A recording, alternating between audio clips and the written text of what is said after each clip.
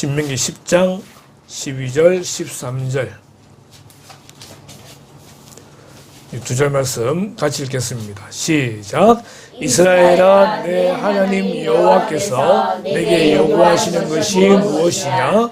곧 내 하나님 여호와를 경외하여 그의 모든 도를 행하고 그를 사랑하며 마음을 다하고 뜻을 다하여 내 하나님 여호와를 숨기고 내가 오늘 내 행복을 위하여 내게 명하는 여호와의 명령과 규례를 지킬 것이 아니냐. 아멘. 말씀 보겠습니다. 하나님 나라 백성의 의무, 이런 제목으로 우리 말씀을 잠깐 생각하십시다. 예, 이 그림을 보게 되면은 무슨 단어가 떠오를까요? 저는 이 그림을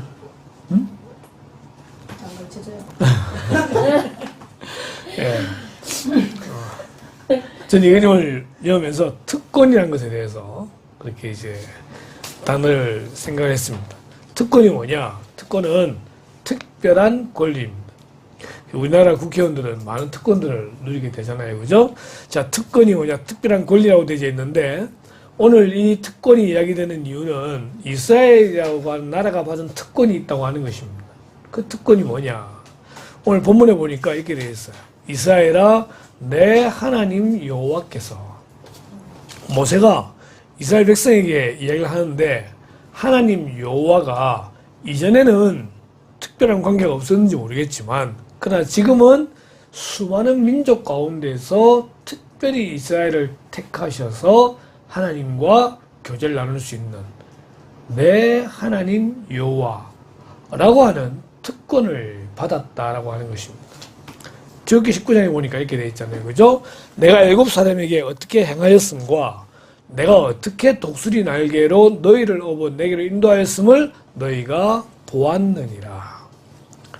애굽 사람에게 어떻게 행하였음과 내가 어떻게 독수리 날개로 너희를 업어 내게로 인도하였음을. 하나님께서 그 애굽 땅에 10가지의 재앙을 내리실 때에 애굽 사람이 맺던 피, 개구리, 파리, 악질, 독종, 우방, 메뚜기, 흑암, 장자의 죽음까지 그렇게 애굽 땅에 쏟아 부어질 때에 하나님 이스라엘을 보호해 주셨다는 거예요. 이건 특권이에요. 특권이에요. 세계가 다 내게 속하였나니 너희가 내 말을 잘 듣고 내 언약을 지키면 너희는 모든 민족 중에서 내 소유가 되겠고, 조건이 있지만 하나님은 이스라엘을 하나님의 소유로 삼아주셨다는 거예요. 너희가 내게 대하여 제사장 나라가 되며 거룩한 백성이 되리라. 수많은 민족 가운데 특별히 하나님께서 이스라엘을 선택하시고 그들의 하나님이 되신다는 것은 그들에게는 특권이다 라고 하는 것입니다. 하나님 어떤 분이세요? 온 세상과 온 우주를 창조하신 창조주입니다. 그 창조주께서 특별히 택하셨으니까 이건 특권이 맞는 것이죠. 우리에게도 동일한 특권이 주어져 있습니다. 그러나 너희는 택하신 족속이요 왕같은 제사장들이요 거룩한 나라요 그의 소유가 된 백성이니. 좀 전에 이스라엘 백성에게 하셨던 그 말씀처럼 우리도 하나님께서 택하셨고 하나님께서 왕같은 제사장들이고 거룩한 나라고 하나님의 소유가 된 백성이다라는 것입니다. 10절 너희가 전에는 백성이 아니더니 이제는 하나님의 백성이고 전에는 긍휼을 얻지 못하였더니 이제는 긍휼을 얻은 자다. 이 세상 인구가 80억이라고 이야기하고 있고 우리나라의 인구도 거의 한 6천만 명에 가까운 그런 상태인데 그 가운데서 특별히 선택하시고 하나님의 백성이 되었다라고 하는 것은 특권이다라는 것입니다. 특권. 갈라디아서 4장에 보십시오. 때가 차면 하나님이 그 아들을 보내사 여자에게서 나게 하시고 율법 아래에 나게 하신 것은 결국 예수님 보내신 것은 율법 아래에 있는 자들을 속량하시고 우리로 아들의 명분을 얻게 하려 하심이라. 우리로 하나님의 자녀가 이제는 우리가 다 종이었었는데 보십시오. 이제 그러므로 내가 이후로는 종이 아니요 아들이니 아들이면 하나님으로 말미암아 유업을 받을 자니라. 이제는 종이었어요. 그러나 이제는 아들이에요. 아들인데 아들로 끝나는 거 아니라 하나님의 나라를 유업으로 받을 자라고 이야기하고 있는 것입니다. 다시 돌아가서 너희가 아들이므로 하나님을 아빠 아버지라 부르게 되었다는 것입니다. 우리는 종이었어요. 그런데 하나님께서 특권으로 우리를 하나님의 아들로 삼으시고 상속자가 되게 하셨다라고 하는 것입니다. 이스라엘 백성이 특권을 받은 것처럼 우리도 특권을 받은 자다. 받은 자다. 그런 자부심이 있어야 됩니다. 만약 내가 대통령이라고 알고 있다. 얼마나 자부심이 크겠어요. 그죠? 더군다나 그 대통령이 내가 전화통화까지 할 수 있는 사이다. 그러면 끝내주겠죠. 우리는 나보다 유명한 사람들을 우리는 만나기를 좋아합니다. 내가 유명해져야 되는데 내가 그만큼 유명해지지 못하니까 유명한 사람들을 만나서 교제하잖아요. 아랫게 올렸던 사진 혹시 보셨나요? 그 사진 속에 인물이 누군지 잘 모르죠. 그죠? 하준파파라고 유명한 인플루언서가 있습니다. 유튜브나 이런 쪽을 해가지고 굉장히 유명해요. 저도 그렇게 유명한지 몰랐는데 정말 유명해요. 그래서 첫째 날 저녁에 강사들을 모시고 강할리 갔었는데 카페에 올라가는데 세상에 사람들이 와서 사진을 찍는 거예요. 네. 난 누군지 모르겠는데 정말 잘생겼어요. 얼굴도 작고 막 보면 빛이 나요. 그런데 그런 인플루언서로서 이제 SNS 통해서 알게 되어지고 와서 사진을 찍게 된다는 거죠. 그럼 그런 사람 옆에 있으면은 어떻게 돼요? 괴롭기 힘들어가죠. 난 이런 사람 아는 사람이다. 특권이잖아요. 그런 사람을 아는. 하나님의 자녀, 하나님께 선택받은 특권이 우리에게 있다는 거예요. 구원받았다는 특권이. 아무나 구원받는 거 아니잖아요. 근데 하나님 우리를 택하셔서 구원해 주셨다라고 하는 것입니다. 근데 특권만 있느냐? 아니라는 거죠. 동전을 보면은요, 앞, 뒷면이 있습니다. 이 두 개는 뗄래야 뗄 수 없는 하나입니다. 그죠? 특권이 있으면 뭐가 따라 붙어야 될까요? 의무가 따라 붙습니다. 의무. 의무의 세 가지의 이제 정의를 내놨는데, 사람으로서 마땅히 해야 할 일, 맡은 직분, 이게 의무고요. 인간이 마땅히 따르고 지켜야 할 규범에 의하여 부과되는 책임이나 제한, 법적 의무도 그 위반에 대하여 형벌이나 강제력을 가한다는 데 특색이 있다. 인간이 이에 마땅히 따르고 지켜야 될 일을 말하는 거죠. 세 번째, 도덕적으로 강제력이 있는 규범에 근거하여 인간의 의지나 행위에 부과되는 제한. 이런 많은 말이 있습니다. 그런데 가장 마음에 와닿는 그림은 이겁니다. 의무, 지켜야 할 거. 네. 특권이 있다고 한다면 의무도 있다는 것입니다. 그 의무가 오늘 본문에 기록되어 있습니다. 같이 읽겠습니다. 신명기 10장 12절 시작. 이스라엘아, 내 하나님 여호와께서 내게 요구하시는 것이 무엇이냐? 곧 내 하나님 여호와를 경외하며 그의 모든 도를 행하고 그를 사랑하며 마음을 다하고 뜻을 다하여 내 하나님 여호와를 섬기고. 아멘. 여기에 네 가지의 요구가 등장합니다. 첫 번째, 내 하나님 여호와를 경외하라. 경외한다는 것은 물론 마지막에 나오는 하나님 여호와를 섬기는 것과 동일하지만 마음으로, 행동으로 그분을 높이고 공경하는 것을 경외한다. 이렇게 말을 하는 것입니다. 그러니까 그 마음에서부터 이미 하나님을 나의 가장 높은 곳에 모셔두는 거예요. 모셔두는 거예요.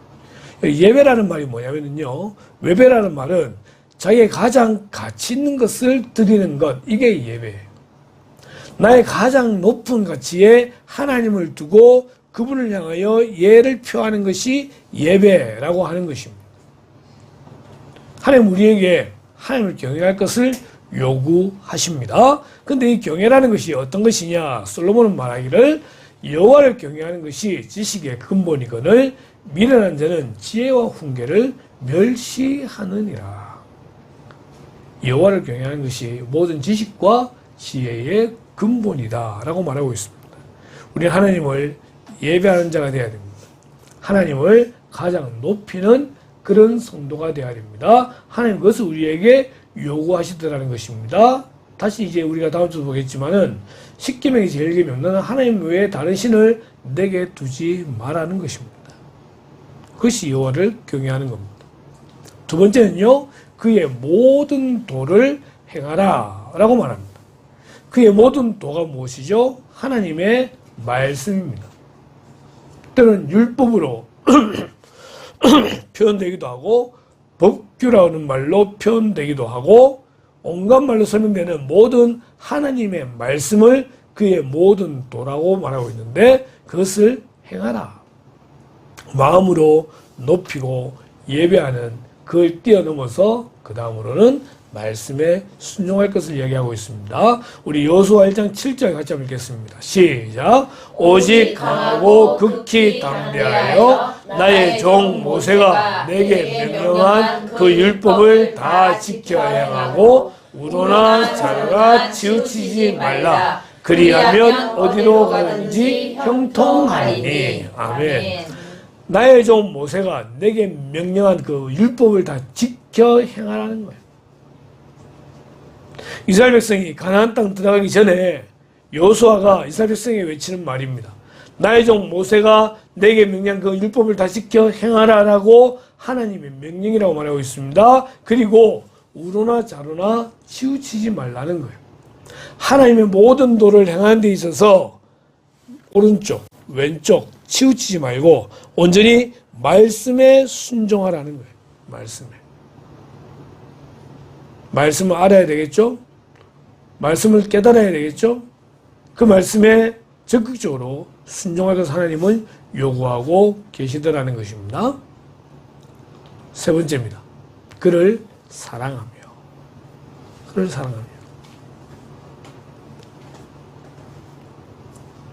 재물과 명예와 사랑, 이 세 가지가 있었는데 누군가가 이제 이 셋 중에서 무엇을 집으로 드릴 것인지 하나만 정해라고 얘기했는가 봐요.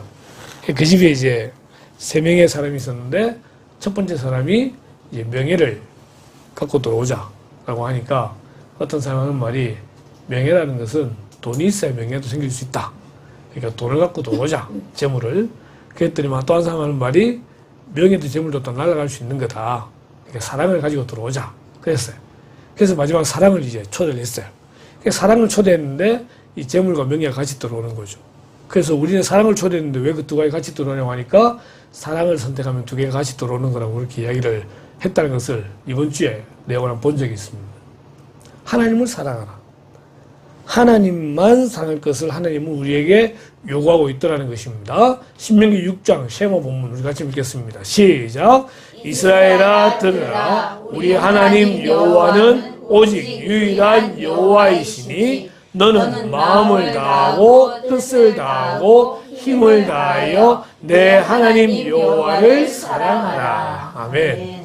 이스라엘아 들으라. 히브리어로 쉐마 이스라엘. 쉐마가 들으라는데 이 구절이 쉐마 본문이라고 해가지고 지금까지도 이스라엘 사람들이 이 이마에 조그만 박스를 만들어서 그 율법을 담고 다니기도 하고 집 문설주에 적어놓기도 하는 그 내용이 뭐냐? 바로 이겁니다. 우리 하나님 여호와는 오직 유일한 여호와이시니 너는 마음을 다하고 뜻을 다하고 힘을 다하여 내 하나님 여호와를 사랑하라. 사랑하라. 사랑은 많은 것을 이야기할 수 있죠. 근데 그 모든 걸 다 포함한 사랑. 어쩌면 사랑이라는 것은 그분을 향해 나의 모든 것을 다 던져 넣는 것을 사랑이라고 말할 수 있습니다. 하나님은 이렇게 우리에게 사랑을 요구하시더라는 것입니다. 마지막 네 번째로는 내 하나님 여호와를 섬기고 내 하나님 여호와를 섬기고 하나님 여호와를 섬긴다는 말은 뭐냐면은 다른 것들이 주변에 많이 있어 보인다는 것입니다. 근데 그런 게 전부 다 거짓이라는 거예요. 가짜라는 거예요. 그런 가짜들이 주변에 있다. 그래서 그 가운데서 하나님만을 섬길 것을 요구하고 있다는 거죠. 여호수아가 죽기 전에 이스라엘 백성들을 모아놓고 이렇게 말합니다. 그러므로 이제는 여호와를 경외하며 온전함과 진실함으로 그를 섬기라. 너희의 조상들이 강 저쪽과 애굽에서 섬기던 신들을 치워버리고 여호와만 섬기라. 지금 여호수아는 우리 지난주에 말씀을 받았지만은 가나안 땅에 정복을 해 들어갑니다. 여리고성을 무너뜨리고 아이성을 무너뜨리고 그 다음에 이제 북쪽 뭐 동쪽 다 이제 공격을 해 들어가는 상황 속에서 안타깝게도 오늘 오후에 배울 말씀에 보면은 그들을 다 몰아내지 못하고 남겨두는 민족도 있었다는 것입니다. 때로는 타협으로. 그죠? 근데 하나님 무슨 말씀하시냐면은 그들을 다 물리쳐라 그랬어요. 왜냐하면 그들을 남겨두면 그들이 가시가 될 거라고 말씀하고 있거든요. 근데 가시보다 더 아픈 게 뭐냐면은 그들이 하나님만 섬기는 민족이 돼야 되는데 그렇게 특권을 받았는데 이들이 그 특권을 생각하지 아니하고 그 가나안 민족의 우상들을 섬기게 되더라는 것입니다. 그게 바알이고 그게 아스라롯이고 또 나중에 심지어 다른 나라의 우상까지 데리고 들어와서 온 나라가 우상화되는 그런 경우도 생기게 되더라는 것입니다. 여호수아 이 말씀을 하고 난 다음에 오늘 너희는 너희의 선지자를 택하라. 너희가 누굴 택하든지 간에 나와 내 가족은 하나님만 섬기겠다 라고 결단하죠. 그 자리에 모여있는 다른 모든 장로들과 이스라엘 백성들이 우리도 하나님만 섬기겠다라고 이야기를 합니다. 근데 여호수아 24장이 끝나고 사사기 1장에 들어가니 여호수아가 죽고 그 장로들도 다 죽고 그 세대가 다 죽고 난 다음에 전혀 다른 세대가 나타나서 우상을 섬기게 되더라는 것이죠. 그래서 하나님 우리에게 요구하십니다. 너희는 하나님만 섬겨라. 오늘 우리에게 주어지는 몇 가지의 명령들 보십시오. 하나님 여호와를 경외하는 것, 그의 모든 도를 행하는 것, 그를 사랑하는 것, 하나님 여호와만 섬기는 것, 이것은 이스라엘 백성들이 하셨던 요구이지만 오늘 이 시대에 하나님의 은혜로 말미암아 구원을 받은 우리에게도 요구되어지는 하나님의 의무사항이라고 해야 될까? 우리가 해야 되는 의무사항이라고 해야 될까요? 그냥 하나님의 요구다라고 말을 할 수가 있는 것입니다. 자, 그리고 이제 이어진 13절 말씀 보니까 여호와의 명령과 규례를 지켜라 라고 말합니다. 앞서 말했던 네 가지의 의무가 있는데 또 한 가지 이제 지켜야 될 것이 있습니다. 무엇을 지킬 것인가? 여호와의 명령과 규례입니다. 이 명령과 규례는 좀 전에 우리 읽었던 말씀대로 모든 하나님의 말씀, 그의 도라고 말할 수 있습니다. 여호수아 1장 9절 같이 하겠습니다. 시작! 이 율법책을 내 입에서 떠나지 말게 하며 주야로 그것을 묵상하여 그 안에 기록된 대로 다 지켜 행하라. 그리하면 내 길이 평탄하게 될 것이며 내가 형통하리라. 아멘. 이 율법책을 내 입에서 떠나지 말게 하며 주야로 그것을 묵상하여 그 안에 기록된 대로 다 지켜 행하라. 그리하면 내 길이 평탄하게 될 것이며 내가 형통하리라. 무엇이 우선입니까? 우리는 평탄하게 되기를 원합니다. 형통하게 되기를 원합니다. 그런데 우선되는 것은 말씀을 지켜 행하는 것이 우선입니다. 말씀을 지켜 행하면 하나님께서 평탄케 해주실 것이라는 것입니다. 형통케 해주실 것이라는 것입니다. 반대로 말하면 말씀대로 행하지 아니하면은 평탄하지 아니하고 형통하지 않을 것이다라고 우리는 설명할 수 있게 되는 것이에요. 특별히 여호수아 1장 7절, 8절, 9절이 하나님께서 모세에게 여호수아에게 주는 굉장히 중요한 말씀인데 이 말씀 가장 중요한 이제 가나안 땅을 앞두고 있는 여호수아에게 너는 모세가 명한 대로 다 지켜 행하라. 율법책을 다 지켜 행하라. 그리하면 내가 너에게 가나안 땅을 주겠다. 이 말씀이거든요. 우리는 모든 말씀을 지켜야 됩니다. 특별히 우리가 좀 더 축약을 하자고 한다면 네 가지를 지킬 것이 나오는데 첫 번째가 문화명령입니다. 창세기 1장 28절 보니 하나님이 그들에게 복을 주시며 하나님이 그들에게 이르시되 생육하고 번성하여 땅에 충만하라. 땅을 정복하라. 바다의 물고기와 하늘의 새와 땅에 움직이는 모든 생물을 다스리라 하시니라. 문화가 뭡니까? 문화는 삶 자체입니다. 그 모든 삶 가운데 생육하고 번성하고 땅에 충만하는 것, 이게 문화 사명입니다. 지금 시대가 어떠니 힘드니 이렇게 하면서 결혼하지 아니하고 아이를 낳지 않는 이것은요 성경에 반하는 것입니다. 이 문화 명령은 우리가 살아가는 동안에 계속해서 지켜져야 될 하나님의 명령 중에 하나다라고 말을 하게 되는 것입니다. 얼마 전에 강사들과 이야기를 하다가 그런 얘기를 나누었어요. 출산율이 너무 줄어들게 되죠. 그죠? 프랑스도 이제 이야기를 하고 뭐 여러 이야기 하다가 지금 프랑스의 경우가 어떠냐면은 이번에 프랑스 올림픽 개막식 때문에 너무 많은 목사들이 화가 나 있습니다. 왜냐하면 이 개막식에 나왔던 모든 그 문화의 흐름들을 보게 되면은 이거는 동성애 문화를 높이고 있고 완전히 하나님의 말씀에 반하는 그런 문화들이 그 안에 깔려져 있는 거예요. 근데 그렇게 되어진 이유 중에 하나는 뭐냐면은 지금 프랑스의 주축이 누구냐? 무슬림들입니다. 희한하게 기독교가 들어간 나라들마다 인구가 줄어요. 무슬림 들어가면은요, 여기는 아내를 4명까지 둘 수 있습니다. 무조건 자녀를 낳아요. 그러니까 프랑스는 이미 무슬림화 되어졌어요. 우리나라에도 무슬림 좀 허락을 하게 되잖아요. 언제 어떻게 될지 알 수 없는 그런 현재의 상황입니다. 우리는 이것저것 다 가리지만 그들은 그렇지 않아요.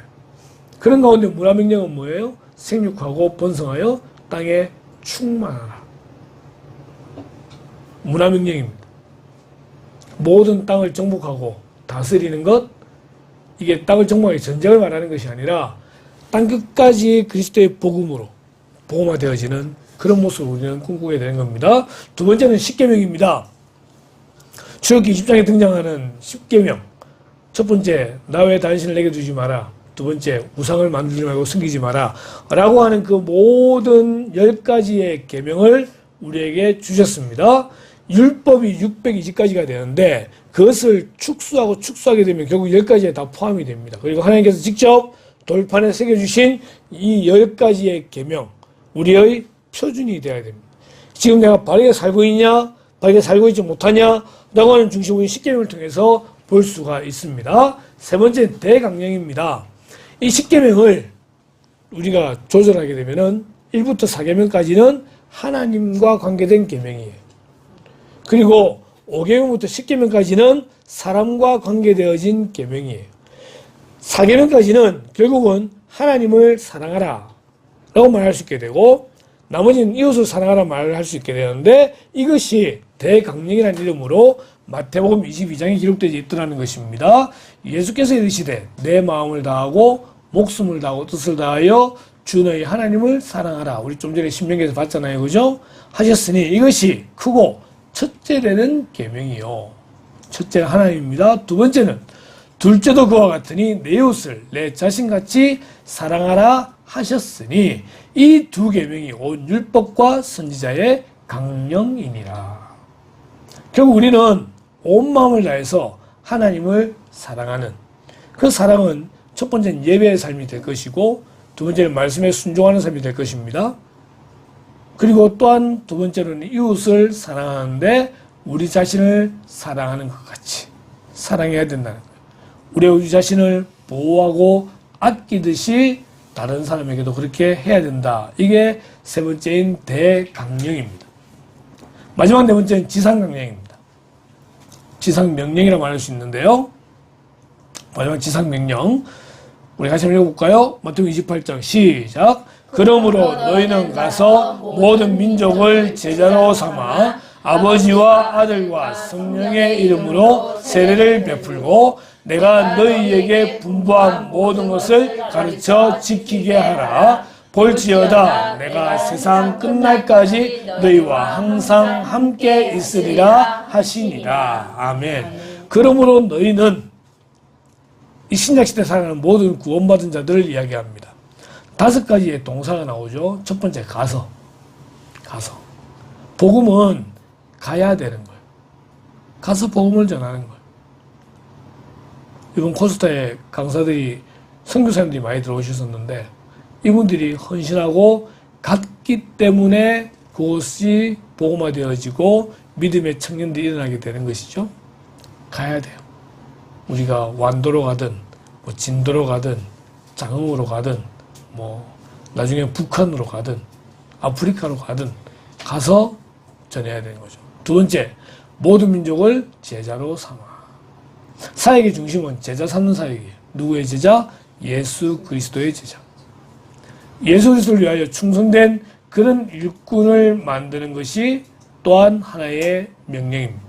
세 번째, 세례를 베풀라고 말합니다. 아버지와 아들과 성령의 이름으로 세례를 베풀고, 그리고 내가 너에게 분반 모든 것을 가르쳐. 그래서 가르치고 교육하는 게 중요하고, 결국 마지막으로는 그 말씀을 지키도록 하는 것이 중요하다는 것입니다. 우리는 이 사명을 언제까지? 예수님이 다시 오실 날까지, 다시 오시는 세상 끝날까지 우리는 이 5가지를 행해 나가야 되는 거예요. 그리고 우리는 말씀을 지켜야 되는 그러한 성도들입니다. 그것이 구원받은 자의 의무라고 하는 것입니다. 우리가 구원이라는 특권을 받았기에 이제 우리는 의무를 행해야 되는데, 이 순종하는 목적이 있습니다. 그 순종의 목적이 뭐냐니까 오늘 신명기 10장에 보니까 내 행복을 위하여, 내 행복을 위하여. 하나님 우리에게 행복하도록 하기 위해서 우리의 말씀을 지키라고 명령하고 있습니다. 우리 말씀 지킬 때 어떻게 생각합니까? 억지로 하잖아요. 때로는 요즘 은교가 사춘기 시작이 돼가지고 뭐 하라고 시키면은 계속 짜증내는 경우들이 많이 있는데, 이거 하면 이래야 되는 분위기. 하나님 말씀 지키라고 하는데 이래야 되는 분위기. 이거 아니잖아요, 그죠? 이거 아니잖아요. 말씀을 지키라고 할 때에 하나님 우리의 행복을 위하여, 오늘 내 행복을 위하여. 그러니까 말씀을 지키면은 어떻게 되어진다? 행복해진다. 행복해진다. 커피소년의 행복해져라, 행복해져라 노래가 있는데, 그런 주문이 있는데, 우리 행복해져요. 요한계시록 1장 3절에 보니까요, 이 예언의 말씀을 읽는 자와 듣는 자와 그 가운데 기록한 것을 지키는 자는 뭐가 있다? 복이 있다. 말씀을 지키는데 지키는 자에게 복을 주신다는 거예요.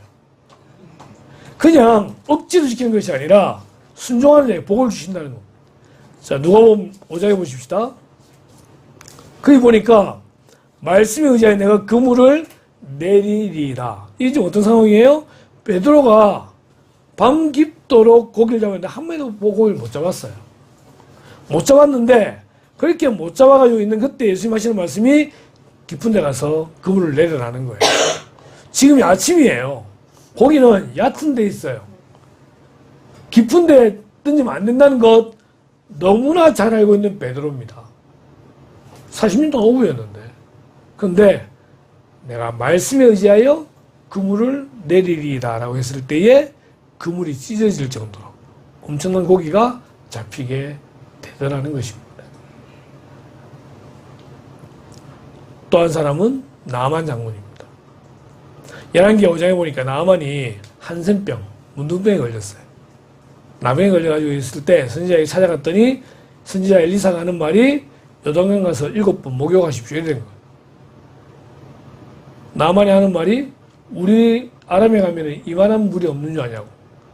우리나라도 좋은 호수도 있고 좋은 온천도 있고 하고 돌아가는데 한 종이 하는 말이 내 아버지여 선지자가 당신에게 큰 일을 행하라 말하였다면 행하지 아니하였으리까. 예를 들어 가지고 뭐 3000배를 하라니 뭐 이렇게 하면 그거 낳는다는데 그거 못한 사람 누가 있겠어요, 그죠? 그것도 하지 않았겠냐고. 근데 그냥 7번 씻으라는데 그거 못할 게 뭐가 있냐고 해서 내려가서 그 몸을 7번 씻었더니만 그의 살이 어린 나이의 살같이 회복되어 깨끗하게 되었더라.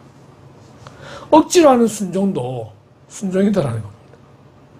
그 순종했을 때에 이런 복이 주어지게 되더라는 것이죠. 하나님 우리에게 말씀하시고 그 말씀에 순종하라 요구하시는 것은 결국은 우리를 위한 하나님의 은혜다라고 보게 되는 것입니다. 아멘. 그의 나라 무슨 상관이 있습니까? 중국에 예전에 요나라 때, 이 그림이 요나라랑 무슨 관계 있는지 모르겠는데 요나라를 치니까 이 그림이 나오더라고요. 중국풍의 그림이잖아요, 그죠? 거기에 아주 유명한 순이라는 이름의 임금이 있었습니다. 이 임금이 하루는 부하들 모아놓고 망태기를 다 주는 거예요. 망태기 다 주고 난 다음에 저기 우물이 있는데 우물에 가서 물을 기르라 이래 된 겁니다. 망태기에 물이 당깁니까 안 당깁니까? 안 당깁니다.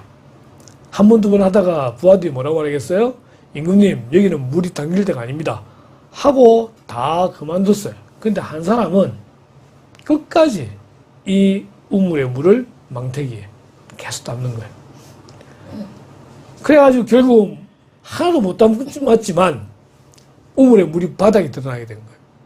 근데 우물 바닥에 뭐가 있었냐면은 황금이 있었습니다. 이 황금을 이 부하가 들고 갖다 드리니까 하는 말이 이거는 네 거다.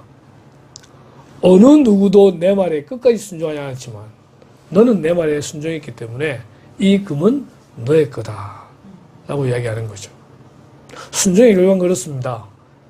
때로는 힘들고 많은 건지 모르겠고 이걸 내가 왜 해야 되는가 생각을 하겠지만 순종하고 난 다음에는 하나님이 주시는 복이 있을 거라는 겁니다. 우린 그 복을 믿고 말씀에 순종하는 거죠. 복이 우선이 아니라 말씀에 순종하는 게 우선입니다. 우리가 그 마음으로 순종하게 될 때에 하나님이 그런 복을 주시게 되더라는 것입니다. 같이 읽습니다. 사무엘상 15장 22절 시작. 사무엘이 이르되 여호와께서 번제와 다른 제사를 그의 목소리를 청종하는 것을 좋아하심같이 좋아하시겠나이까? 순종이 제사보다 낫고 듣는 것이 순양의 기름보다 나으니. 아멘.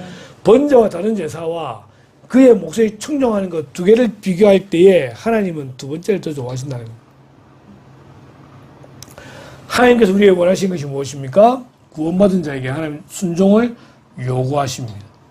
요구하시지만 궁극적으로 목적은 우리를 행복하게 하시기 위함입니다.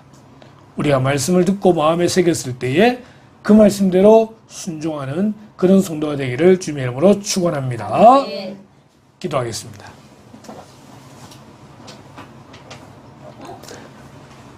우리를 구원해 주시고 자녀 삼아주신 하나님께 감사와 영광을 올려드립니다.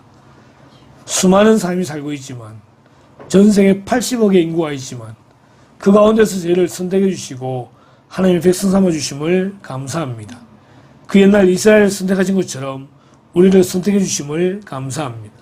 그런데 그런 특권을 받은 자들에게는 또한 의무가 따른다는 것을 오늘 다시 한번 말씀을 통해 배우게 됩니다.